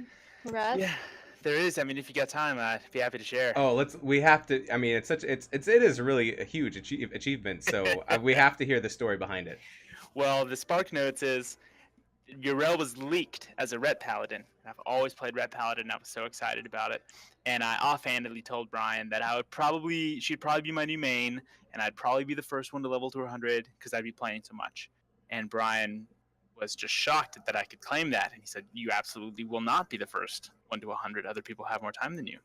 And I said, I will, because she's a Ret Paladin. I'm going to enjoy it. And if I'm the first person to 100, you have to cosplay as Yrel and put the pictures on the HOTS Reddit. And Brian took the bet. I mean, very confidently. And then a couple days later, her announcement stream came out that she was a, air quotes, Ret Paladin, but was in fact a warrior, bruiser, tank-y type character. And I was immediately 1/5 as excited as I was as Ret Paladin. And I sort of wanted to drop the bet. And Brian wouldn't let me. Of course. I mean, I wouldn't have let him drop the bet either. Right. And so I was sort of stuck into it, but I definitely did it anyways. And when she released, I put just weeks and weeks and weeks of time into it, and I was doing it. I was doing games in my sleep. I was doing games at work. I was putting time in, and I finally hit 100. And the pictures are coming on Reddit as soon as Brian drives down here to cosplay. Oh, that's fantastic! You'll have to keep us updated in the loop when that happens, because that is amazing. Yeah, I mean, we're gonna make him the costume and the horns, and we'll get him a platinum blonde wig, some sort of 2-piece to wear, and it'll be on the HOTS Reddit for sure. And I just realized that we forgot a sentence for him, so it'll probably be, "I have a lot of regrets." Well, I think we might know what that number one is, at least in the foreseeable future. That's great. That's awesome. That's all the questions that I have. Is there anything else that you guys want us to know going into this match? I think we're really, really excited about it. We really love Arrogant Nephalem as a team. There's a lot of new faces in Division C West, and it's really cool that we have basically the exact same roster from last season. They have the exact same roster from last season. Both of us have improved a lot as a team, and we went 1-1 last time. So it's going to be a good match. We'd love to win it, but honestly, if we lost it, we're happy, for Arrogant Nephalem and their success, and we really appreciate them and their attitude.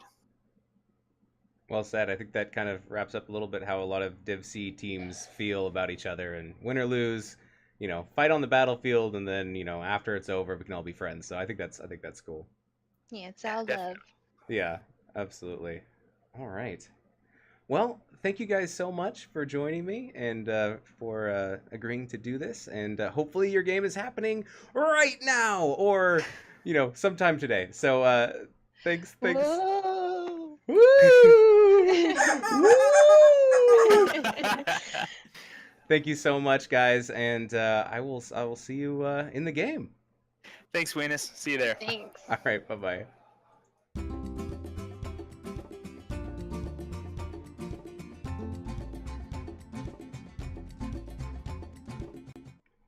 Welcome to a Moist Moment with your host, Moist Weenus. Tonight, we are taking a look at Arrogant Nephalem. I have Trabe, the captain, joining me tonight. Hello, Trabe. How are you? Hello, Enos. I'm doing pretty well. How are you doing? I'm fantastic. Thank you so much for taking the time and agreeing to let me ask you a couple questions about this match. It's going to be very epic. I'm really excited about it. This is against Pathetic Wretches, Tuesday the 28th at 8:30 p.m. Pacific. So my first question, I'll just jump right in. This will be short and sweet. So is this a heated rivalry with Pathetic Wretches, or is there any history that the two teams have together? I would say there's a little bit of heat to this match, sure. We played them last season. We were both in Division C West as well. And we had a really, really long, drawn-out series of games that ended in a 1-1 draw. In the off-season, we tried to schedule scrims with them a couple of times, but we're never quite able to get the timing worked out. So I would say this is a rematch we've been looking forward to and for a while now, and we're glad to finally get a chance to have it. Oh, excellent! I'm glad to hear that that you guys have also been looking forward to this match as well. So, is there anything that you can tell us about how you prepare for a big game like this, one against the Pathetic Wretches, without giving away all of your secrets? I would say for a game like this, we're probably not going to do anything too dramatically different than normal. Just because every game in this division is a pretty big game. I've seen that there's a ton of parity in between the teams. Every match we've played has been close. Every match I've watched has been close. So this game is maybe a little bit bigger than normal just because it's some of the top teams. But we're not going to treat it any differently. Or, we're scared of every team. We've got a healthy fear of all of them. So we're just we're going to prepare the same way and be just ready to go. We'll just make sure that we scout them thoroughly, have an idea of what they've been doing in their recent matches as well as back in Season 4. Make sure that with some of the new changes in the new heroes like Asmodean, Whitemane, we like to get a grasp of where people stand on those, if they have people that are comfortable playing them, and just try to go out there and, do what we can. Excellent. Well, the prep that you guys have been doing in the past seems to be working. You guys are playing very well. Currently, number 1 in Div C West, top team. So, do you guys see yourselves staying at the top all the way to playoffs? I don't know that I'll commit to number 1 for sure at the end of the regular season, but I think we'll definitely be up near the top of the division. We've got a big benefit in that our lineup this season is the exact same as it was last season. We've been running the same 5-man squad for, gosh, I guess it's 3 or 4 or 5 months now at this point. So we just got a ton of, we know how each other play. We know what we like to draft. We've built out our team in a way that a lot of newer teams or teams that have just done some roster swaps haven't had the opportunity to do. So that gives us, I think, a pretty sizable advantage in a lot of these games. It just, we never get tilted. We don't need to worry out too much about what'll happen if they ban X or Y. We know each other's strengths and weaknesses, and we can be on right at the start of every game and play all the way through to the end. Oh, that's great. It sounds like you have a really solid group of people and that you guys have played together for a good amount of time, which really, helps you be familiar with what you're going to play. And it seems like that's really great. Speaking of the members on your team, if you could describe each member or sum up each member on your team in one sentence, I know it's kind of a large request, but if you could, how would you sum up each of the people on your team with one sentence? So I would say that Segatai is probably sort of the brains of the group overall. He's our main tank player. He's our lead shot caller. So when we're outside of games, I'm the captain, so I'm kind of doing administrative scheduling duties. But once we're in games, he's taking the lead all the way. He also does sort of our recaps and analysis after the matches are over. So we've all gained just a ton of trust in his insight and understanding of games. I know that I'll often come out of a game and say, oh, we got destroyed in that one. I have no idea why. And Sega will be able to tell us a bunch about, here's what we did wrong in the draft. Here's where our rotations were wrong. And so just having sort of faith in his shot calling has really helped us get on the same page. I think that we're very strong in our matches because we do snap rotations. We move very quickly, and that's because we can trust in Sega's decisions to be correct, even if it's not necessarily what I would choose. We're all on the same page together, and that helps a lot. Null Pointer, I think I would say, is maybe our most consistent player. He's our support player. He plays just about every support in the game and does them all with a really high level of quality. So I can say personally, a lot of times I'll come out of a game and say, this was my best game ever. I absolutely killed it. And then the next game I'll come out and say, I played like trash this game. It was absolutely terrible. Just missing everything. Died 8 times. Unbelievable. And Null Pointer just is going to go into every game and make very few mistakes and just play rock solid the whole way through, regardless of the draft, the map, anything else. If you need a cleanse, if you need an ancestral, if you need some CC on demand, we can be really confident that Null Pointer is going to be there with that. So in game, it's a huge burden off of my shoulders, and I'm assuming everyone else's as well, because there's a lot of situations where we shouldn't be getting out alive, and we are getting out alive. There's situations where we maybe shouldn't get this kill, but a really nicely placed Malfurion Root or Scroll of Sealing or something secures it. We don't really have many situations where things just slipped away from us, or we almost made it out but didn't, and I think a lot of that is due to Null Pointer. It's been absolutely great having him on the team. Awesome. Kime is our offlaner at the moment. I would say that the offlane role comes with a lot of independence, especially with the maps that we enjoy, the sort of comps that we enjoy are very much close 4-man rotation. The other 4 of us are running right next to each other the whole time, taking clamps, clearing waves. And then Kime just kind of up there in top lane or down there in bottom lane doing his own thing. And it's really easy for the 4 of us to forget that Kime exists, not because he's, some horrible, unmemorable person, but just because we're so focused on what we're doing that we don't have the time necessarily to say, Kime, go take that camp. Kime, they're coming up for a gank. So I think that he has grown a lot into the role. He wasn't necessarily super into the meta offlane heroes when we first started, but now you can put him on Blaze, Malthael, Yrel, any of the big guys. He feels totally comfortable on that role. He'll either just completely dominate the top lane or at least, win it well enough to make space for us down bot. I think it takes a certain type of person to be able to kind of play your own game and not psych yourself out too much or accidentally make mistakes or either way overextend or play too safe. But he's just done an incredible job with the role, and I've been really impressed by watching him play over the past few months. It's nice that you can just trust in that offlane and that you don't have to worry about it, and that they can take care of business on their own, and they'll join up when they need to. Yeah, because when I'm in the off lane, the way it goes is, oh, I'm doing well in the lane. Oh, I'm taking camps. What do you mean there was a team fight bot and you needed me? I'm not paying attention to that. I'm pushing. What do you mean? I'm the same way. So having someone that doesn't fall prey to that impulse is just a huge weight off our shoulders. We know he'll be there for every fight, and when we don't need him, he's up top getting value.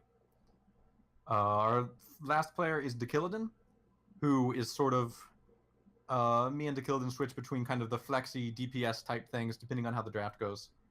I think that Dakilidin is by far the spiciest member of our team. How so?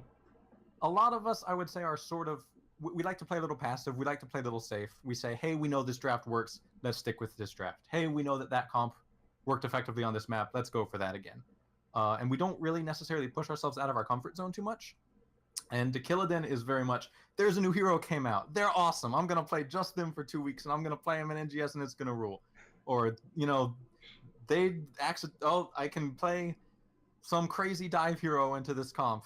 I'm going to go for it. Even if the rest of you say, oh, well, we've done fine with Ragnaros and Varian. Screw that. I'm going to go.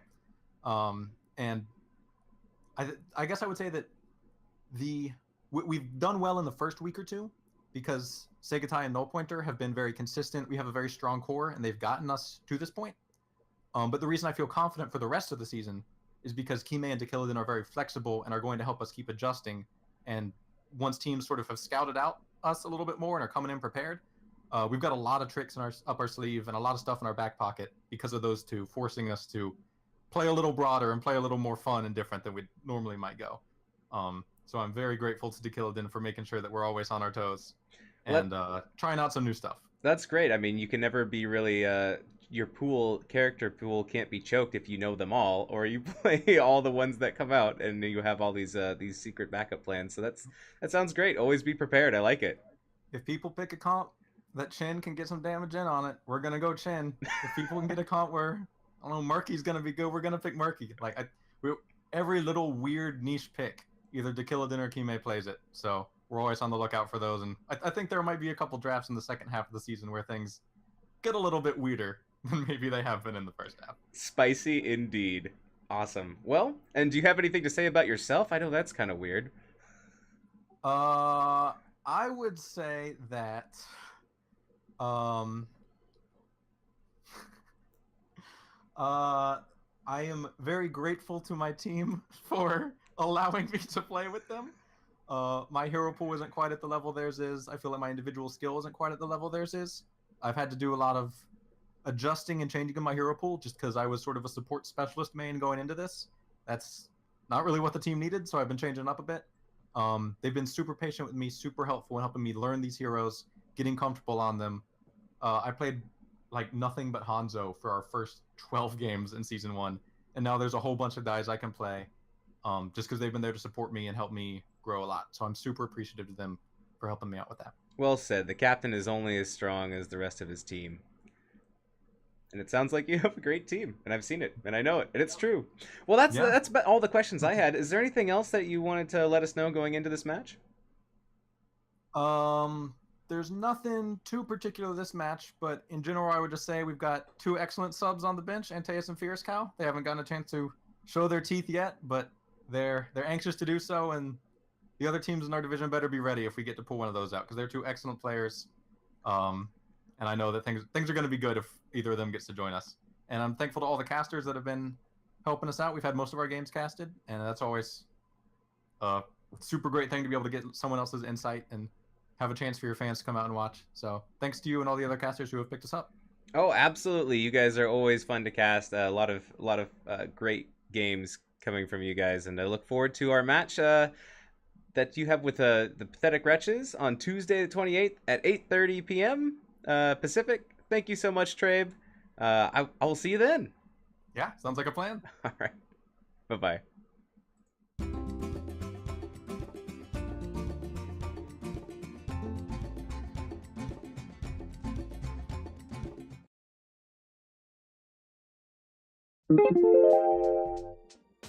All right. Well, if you guys are still here after watching all of that, congratulations. You've unlocked the bonus feature of this. And maybe some other, how about some, oh, my dog's in here now, and she's like, what, you're playing with a squeaky toy? I have you now. I have you now? I find your lack of faith disturbing. Yes, yes.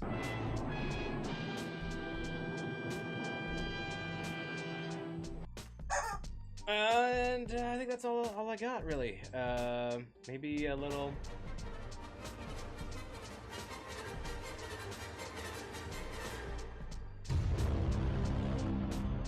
Thanks for watching, guys. I really appreciate it. I love both these teams. I love NGS. Double Dime had to go to bed. It was 1 a.m. So anyways, thanks again for everybody who's watching. This is so much fun. Y'all are the best. And I guess I'm out of here. I'm going to go play some of this one more time.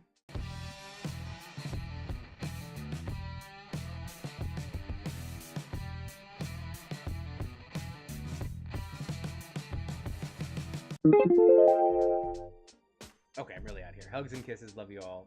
Hit me up on Twitter or in the NGS Discord. Catch you soon. Bye. Bye.